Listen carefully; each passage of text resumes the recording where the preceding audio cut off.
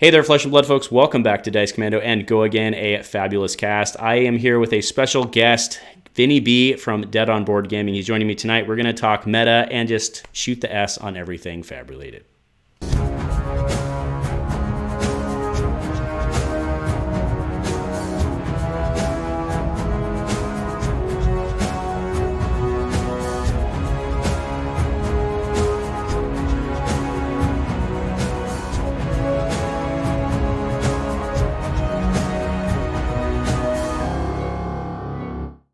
A huge shout out to our channel members for supporting what we do here. If you want to get involved with the channel and the Dice Commando community, please consider joining as a channel member. Remember, these videos are only possible with your support. You can show that support with a like, a subscribe, and by leaving us a comment and sharing your feedback. Community first, and go Commando. Hey folks, so thank you very much for tuning in and joining us tonight. And Vinny, thank you for joining us as well. How's it going, my friend? Very good, man. Thanks for having me. You bet. So I ran across your cast, and then I reached out. I think it was last week, and I was like, "Hey, we should chat, and we should do it." So, but before we get into that, I just want to remind everybody, so get it out of the way. We are sponsored over here by our friends over at FabDB. As you guys well know, it's the best source for basically everything fab related on the interwebs. You can head over there for collection management, for deck building, and when you're over there, you can unlock additional features by upgrading your account. So thank you to our friends over at FabDB for keeping the wheels on the bus over here. So Vinny, you are obviously welcome to Dice Commando. Thank you. But you have your own thing going, so why don't you tell us all about yourself, what you do, your background, and how you got into Fab, and just run with it. Yeah, sure. So just real quick, I collected cards like my whole life, like from like Terminator 2 cards to like anything. But I never really learned to play the game. So I collected Magic right around Ice Age, I think, is when I started collecting it. But I didn't learn to play until I think I was like 23. And from like 23 till almost present day, I still kind of play with Magic. But about 13 years strong. And as they started making weird switches, Flesh and Blood came in and did kind of what I enjoy. Like, I'm never going to be a pro, but like, I got to chase a carrot. Like, just in case, if I go to the tournament and I can spike it, like, I like to know that that's going to mean something other than, you know, $1,000 is nice, but like, I love the game and like where we're going. So Flesh and Blood just kind of like hit every dial that Magic kind of took away over the last like 4 years. So it was like a perfect timing. I think it was wild how they timed that. Well, that's awesome. So yeah, you said you've been a Magic guy for 13 years, if I heard you correctly. Yeah, man, like you and I must be about the same age then, which is kind of crazy because I also started collecting Magic around Ice Age. That was about where we. Oh, right on. Yeah, but I took a long hiatus and then came back kicking and screaming. But here we are. So tell us a bit about what you're doing over there at DOB Gaming or Dead on Board Gaming, and kind of plug yourself here, and then we'll get into this. Yeah, sure. So we do a few different things. So like Thursday nights, we do a Twitch stream, and on there we do all kinds of stuff. But we've try to focus on like dead games. That was kind of the thesis of the channel. And at the same time, we both kind of fell in love with Flesh and Blood. So we cover more Flesh and Blood than the dead games, except for on Thursdays. We try to do more of that. But the YouTube channel kind of turned more into like a passion project for that. Dead on Board Gaming kind of encompassed everything. So we didn't really need to make any kind of change. But but we try to focus on dead games and or games that kind of passed, because I've never played them, and my buddy Bob, the other guy that with on the channel, he's played like all these games. So it's like kind of a cool dynamic, because he'll like tell me about a game he loved when he was a kid, and then I get to like discover it right now and be like, oh, this is awesome, and then we'll do our homework and kind of give a little quick breakdown of what happened to the game and whatnot. But like I said, it's been cool because, like I said, I never really learned to play the games, even though I collected the cards when I was a kid. So it's really cool to go back and like all these cards that I used to collect, like figure out how they actually work. All right, so I have an unscripted question for you then. Not like we had a huge script, we had bullet points, but so that's very interesting. Going back and learning, I mean, that's one of the advantages I have is I've played many games through the years, and being able to apply things I've learned from those games to see what's really good in Flesh and Blood and maybe some weaknesses. as you've learned these other games, are there things that you've appreciated more about Fab, or have on the flip side said, "Oh, this could be a weakness"? I'm just curious. Actually, man, not really. I like it blows my mind more and more as I learn them, the things they've fixed, and like the weird mechanics that are like, oh, they, or you find the influence they had, and you're like, oh wow, that it makes so much more sense, or you know what I mean. I tried to teach a buddy once, and like as soon as he pitched a card from his hand to pay instead of having mana, he was out. So like we finished the game. He's like, yeah, that's not for me. And he like, interesting. threw it out. But, like he hated it, and he was like, I don't like games that do that. But he was also putting everything in his graveyard instead of like the recycle. And I was like, well, you're supposed to recycle and like really kind of think that through. And I think he'd love this game, but I've tried multiple times. And like I said, the minute we sat down and he pitched for mana, he was like, yeah, I don't like it. And I was like, all right. And we kind of went on, played some Magic after that. But that was I thought that was a not weird, but an interesting thing that was like a turnoff. Because I think that's brilliant. And like one of the best things about it is like they fixed a game-long problem when you can just have a bad hand, Yeah, that's interesting. I would agree, or I'd have to agree. I'd have to say that, I mean, to be fair, if you did it and you didn't like it, you're probably not playing Fab, but so you're not in the community. But I mean, I'd have to say that that's a pretty big draw. Is the resource system overall is a really attractive part of the game. So that's but yeah, I mean, everybody has different perspectives. So fair enough. All right, so tonight we're gonna talk current meta, and I've got this guy up here. He's the meta right now. So as talking to someone else who has a big background in other games, in Magic, what is your overall take on the meta at large right now? Is it healthy? Is it not? What are the problems? I mean, there are problems. There always are. Yes. So what's your take? Well, so I actually like the meta, and I'm going to say something real wild for a minute, but I actually think they need to add points to the Living Legend system, just because I feel like every set will have a hero that at least needs adjusted to, that's going to have an unfair jump. Not an unfair jump, but you want him to have a jump, but like Starvo is going to LL. Like, so that's very soon. Like, no matter what, like as soon as we go into another one, because it has such an easy play pattern that's very inviting for people to like pick up and be like, I'm going to go to a big tournament and I'm going to, Tron people. And I forget what I was going to say, but there you go. Well, I mean, you were saying he's going to eventually LL out, and you wanted the points to change for that reason.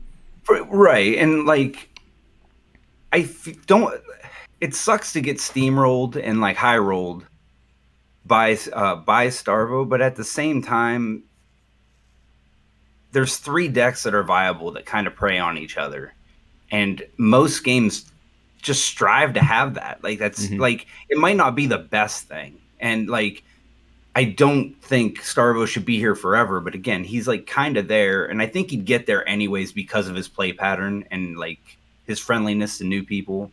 And, you get somebody that's good at card games, give them a deck like that, there's a good chance they perform well. You know what I mean? I just think a lot of people don't want to put the work in to learn each matchup and how they kind of go. And, like, because it's only been, 3 weeks, 4 weeks? I mean, granted, it is a problem. He is very strong. But, like, everybody wanted him gone so fast. And it suffers from a small player base that has the problem that Magic has now, where decks, like everything gets discovered right now. And then you don't have to play test like that. And then this is a smaller community. So like everyone just jumps on the decks. It's the same thing as Magic though. If there's a breakout deck, everyone's playing it. The difference is there's, 500,000 Magic players compared to 20,000 or 30,000 or 50,000, Flesh and Blood players that, again, this is such a competitive game that they're all going to be like, yes, I'm jumping on that. And then when it's so easy to play and kind of jam through. It's that, but everyone found out this strategy. I'm sorry, I'm rambling on, but everyone found this like strategy of how to walk the life to the point where Awakening wasn't even ran in the last deck that won. You know what I mean? Like to the point where the deck changed so much that like the card that everyone thought needed banned, the guy was like, you don't need it because it's mostly dead because everyone kind of knows how to walk the life down to the point where you're not gonna tend me. At least that's what it seemed like to me. So I feel like they were getting there. And we would get there, but he's gonna LL no matter what, so it doesn't matter. Mm-hmm. Yeah, I mean, to your points argument, I was curious. I mean, with the at some point, I think they're going to have to rebalance it again. To be clear to those watching, not because of Starvo, right? But if you look at just the sheer quantity of events that have, I mean, there's more events available now, right? So at some point, in theory, if they keep adding events and they leave it the same, they would have everybody Living Legend guaranteed just by sheer, well, I guess, that's maybe not true because it doesn't happen until the next set drop. So that's fair. But, Dane from Outcast Haven, I'm not sure if you're familiar with those guys, but they do a really good cast. And he made the point at one point that, if the events had been available to Chane in the Chane meta, Chane would have almost certainly Living Legended out. And I thought that was a good, I mean, sure, we don't know for sure because it's posthumous, right? But it's highly likely that's a fair statement. So I agree. I think at some point there's going to have to be a Living Legend balance, a rebalance. I mean, they've already done it once, right? In terms of changing the points. Right. So likely to happen again. Yeah. Right. And that was kind of my strong point is that they're adding more events, but and I don't think they know the number that's going to be right until they realize, like I said, because I feel like there's always going to be a hero that's going to get a big jump. And if it gets a jump like Starvo right now, it's just kind of like, I don't know. It's doing what they didn't want it to do. And that's balancing this hero immediately instead of letting it kind of like hang out.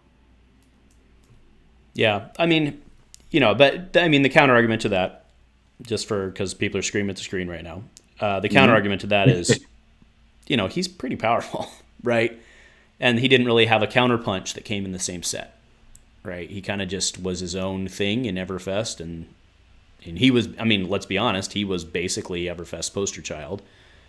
So, what would happen if he had come out in a set with 3 more heroes? I don't know, right? Maybe there would have been something else there.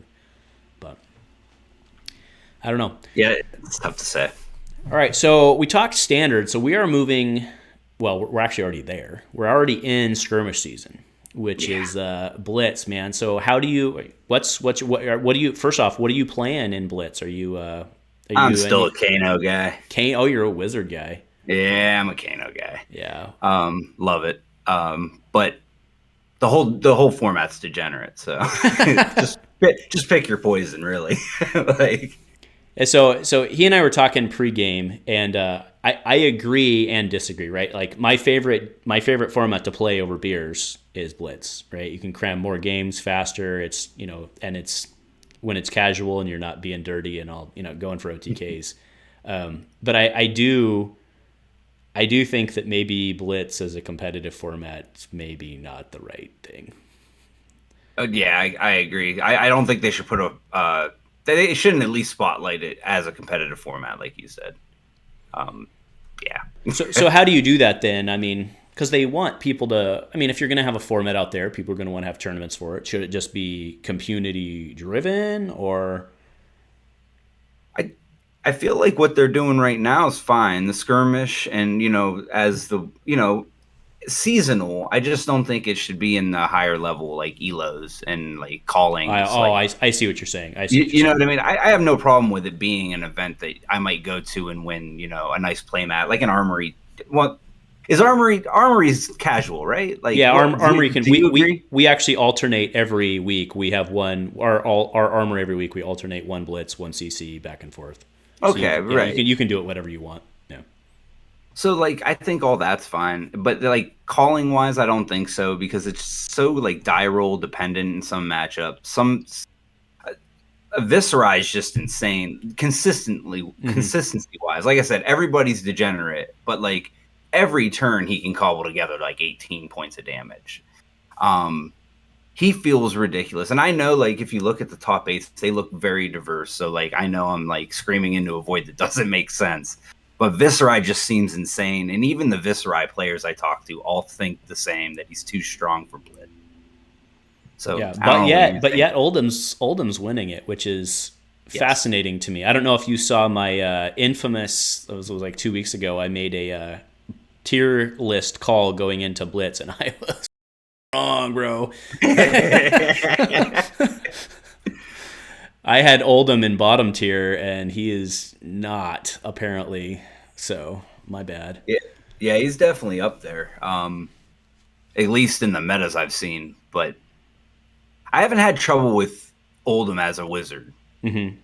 But I can't beat Viserai. And then I heard somebody today say that it was a favored match for Wizard. I'm like, no, what? Viserai is a favored match for Wizard? That's what, oh man, I can't remember who it was. I was listening to a video, and I can't remember who it was off the top of my head. But they were like, we're favored, or Kano's favored anyways. But, you know, we can force enough damage. And I'm like, I'm dead on turn 1.5 every single time I play Viserai. I have 15 damage. You come together with 20 points of damage, I'm dead. Like, yeah, that's interesting. So, I see the argument, though. I mean, Viserai plays a fair number of blues to counter your... But you play a fair number of blues also for Rune Chant. Yeah, actually, that's interesting. But I mean, you're the guy, and you're telling me it's a bad matchup. Then I'm going to go with your call. It feels rough. I'm probably wrong. Like I don't have the time to test as good as everybody else and stuff like that. But I've been playing Wizard for like a year and a half, so like I'm not bad at Wizard, and it just doesn't feel good to me. And I even had a turn. It was like turn 2. He had like 6 rune chants. He went to do something. I scoured it, all 6 of them, and he still cobbled together like 22 damage. And I took 6 damage off the board. And I was like, I don't know what I'm supposed to do. Like, I took my blocks away, but like I took 6 of like damage off the board with that, plus dealt 6 to him. And he's still, like I said, I think it was like 22 damage at the end of his exchange from that point. Yeah, interesting. Yeah, the Oldhim thing. So talk me through, I mean, how much experience do you have with Oldhim on the either side of the table? Just against him. But it's Bob, my partner on the channel. That's his like favorite hero. Oh well, hit Prism and Oldhim. He plays more Prism, I guess. So is he blue in Magic? He likes to play blue-black, maybe. You know what? I'm not sure what his color is. We haven't sat down and played a whole bunch of Magic since we started the channel. No, that's just a control joke. No worries. Yeah, so he was very excited about it. I'm a little curious how, because Oldhim seems pretty good against he seems okay against Viserai, but he seems to me like he'd go down pretty good against Kassai. So I'm surprised he's able to cut through, because I took out a couple Oldhims in our last skirmish with Kassai.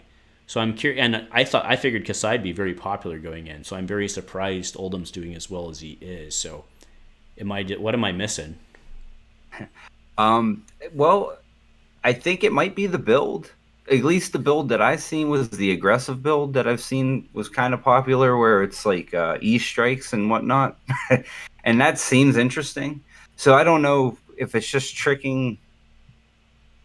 I don't know. I don't have a ton of... I guess I just don't have a ton of experience in the matchup, to be honest. Like, and when I do, it's Wizard. So I'm just throwing Arcane and hoping I do more Arcane and they could...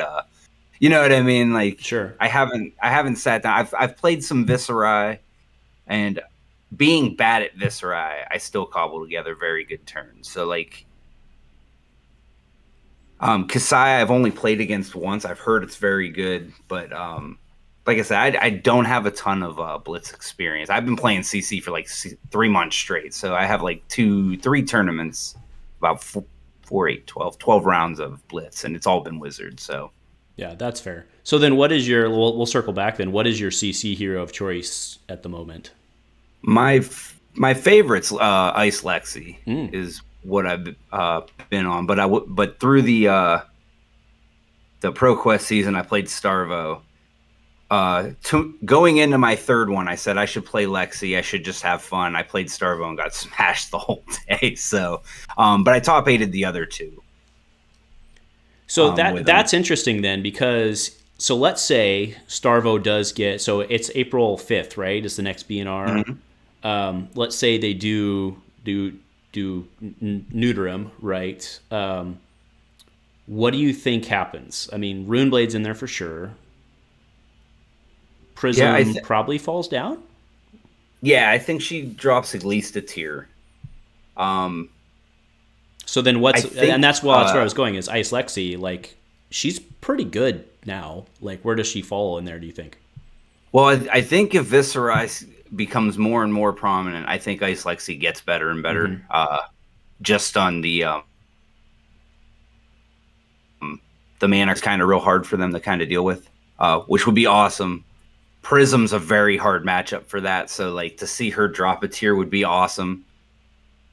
I don't know. I think it opens up pretty good, but I also think it's just like fixing, replacing the engine on your car. There's something else wrong. You just got to wait for it to show after the fact. So like, and to be fair, I do think something happens to Starvo, just because I don't think they want to wait as long as it'll take for Living Legend to kick in. With so many people not having fun, I think the consensus of not having fun's a problem. Not the hero and not the power level. I think it's just the feel of the game and the feel of the people that like the game. And if that's a real thought, and people are like, I'm just not enjoying the game, that is a problem that I think outside of gameplay needs addressed. Okay. But then on the flip side, if we go back into a full-on Runeblade meta again, are people bitching about that again and not having fun, right? I mean, 1,000%. Yeah. Right. I think they're in a very bad spot, 100%. And like, I really hope that on April 5th, there's a big announcement on the Flesh and Blood 2.0, and I hope it's more than just what they're doing with Unlimited. I hope there's a sweeping idea of what they need to do to. I don't know. I enjoy the game. Like, you know what I mean? Like, I guess I'm more devil's advocate than anything, because I really don't mind anything. Like, CC, I enjoy. I like the matchups. I think they're fun. I think they're all pretty skill intensive. Like I said, I think everybody's kind of figuring out how to play Star, but the only problem is when you get high rolled by them, it's just not fun. You know what I mean? Like, I get that. And feeling bad when you do it to somebody, when you like 3 times Oaken Old somebody views, like you apologize at the end of the match. You know what I mean? And like that's not fun either. So it's so weird, because like I like the matchups. I like enjoy it. Mm-hmm. No, I mean I think that's fair. And I mean, you and we've talked, and we've both talked on our individual channels about not necessarily it's great now, but we're afraid of where it might go. Yeah. Right. So. I think that's a fair concern, but everybody's got their things. So all right, so that'll be my last question for tonight, and then we'll wrap up. So if you are your James White or whoever, I don't know, whatever, you're in charge of the BNR, what do you do? Aside from the fact that you just said you wouldn't do much, but yeah, right. So yeah, what do you? Me personally, nothing. If you had to make a change, it used to be Awakening, but I don't think it's Awakening now. I don't think they'll ban Crown of Seeds. Oh, no way in hell will they ban an L. No way. But could they take it away from him to take away consistency? But again, if they make those kind of moves just for Starvo, and he's gonna LL anyways, like. And if you are saving him from LLing, he's 79 points away or something. 814 or something like that. Right? Yeah. So, like, even if you save him and he gets to hang out for a little bit, like, he'll accidentally win. He's still strong and still does it. He's gonna, like, so like I said, like, I think there's more events for a strong hero to come out to where, and they were so close together. I think that's the other thing, is when we get seasons, there's like 30 every weekend, all adding to it, which I think is like the other kind of issue, is that like when you have a hero like that breaks out and needs figured out, and the way the game is, and how you have to figure out how your hero plays. And if your hero is just bad, you have to figure out how to switch and then learn the matchup. It takes time. And like I said, by week 3, I felt like the matchups in general got way harder. Like everyone kind of found their niche on how to play it. Like, people kept saying Viserai. I can't beat Viserai. Hold on. Let me just real quick. I couldn't beat Viserai with Starvo, and that's supposed to be a favored match. So maybe I just can't beat Viserai in general. Because I think that's funny, because that was supposed to be the favored match, and then Prism was supposed to, you know what I mean? Mm-hmm. And I couldn't beat Viserai no matter what. So yeah, I'm just bad at the game. Yeah. Well, cheers to that. That's fine. We're all just scrubs here for the others to beat on, but that's fine. But did you go to the calling? No. Are you going to any? Isn't there one up in your neck of the woods? Oh no, it was Indianapolis. That is your neck of the woods. Yeah. Yeah. There's I didn't go because of the March Madness. I just didn't want to deal with, because they were like right across the street from each other, going on in the same weekend, and I think the closest hotel that wasn't like $500 or $600 forever away. So I just skipped it in general, which I think is part of why there was, I wouldn't say a little bit, I think there was a good attendance to it, but I think that's going to be the least done one, and I think that's why. Mm-hmm. Well, Vegas is always going to be big. I mean, always. Right, it's going to be huge. It's easily accessible from the West Coast, which pulls in a lot of cities that won't travel across the country. I'll always think twice about flying to the East Coast, because you lose the time going there, and it's like a whole extra day on the front end. It's the time travel, though. Yep. Yeah. Well. Yeah. But you can't do like the work thing. Like when you're coming back, it's great. You can leave at 3 and get home at 5, right? But not the other way, right? So. Right. Vegas will likely always be. We've consistently seen that too. So I wouldn't worry so much about the numbers. In fact, actually, to your point, the numbers being as good as they were was probably a good thing, because it was in the 700s, right, for the total weekend or something like that, right? Oh, maybe for the total weekend. The event itself, I think, was 455, but there was almost 2,000 people watching it, which I think was real good. And then, like I said, considering what's going on at that exact time and everything, considering there is March Madness going on, everything like that.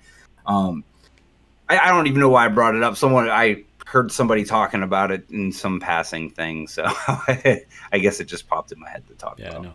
Well, I was watching. I'm a huge March Madness guy. I actually took that Friday off so I could go sit and watch 4 TVs at the same time, because that's kind of awesome. Like my Christmas, right? Go sports ball. Right. All right, man. Well, any parting shots or anything else you want to plug before we wrap this up? Honestly, not in general. I know if anyone's interested in, you guys play Destiny, right? On your we do, yeah. We cover Star Wars Destiny on my channel, on my other casts. Yeah. Okay. I started one, but I don't know anything about it, and Bob doesn't either. So neither one of us actually got to play this. So this should be interesting, actually. So for the next month, we'll be messing with that and kind of seeing what it's all about. So maybe I'll reach back out and tell you how much I love it. Yeah, man, it's a fun game if you're a Star Wars fan, and if you like rolling dice, and you want to talk about getting high rolled, go play Star Wars Destiny. Yep. You're literally high rolling. So, all right. Yeah, I'm excited about it. Cool. Well, hey, I want to thank you for dropping whatever your plans were tonight to make this happen. It was great talking with you in the chat and then making this happen. And I'd like to do it again, or maybe on your side of the screen. So, yeah, that'd be awesome, man. And I'd like to thank you for having me on, for real. Of course. And reaching out, because that's just something I don't do for some reason. That's like the thing I'm not good at, because I'd love to talk to people. My favorite thing, and I don't have a lot of people that like to talk about this stuff. So it's a blast. I really appreciate it. I do. Yeah, you bet. The challenge with stuff like this is always making it not last an hour and a half, right? Because you just want to keep talking. So, all right, man. Well, we have a call sign on here when we get out, so you got to say it with me. If nothing else, go Commando. All right. Go Commando. Do I say it now? Go Commando. Go Commando. Yeah. Go Commando. Thanks, man. Have a great night.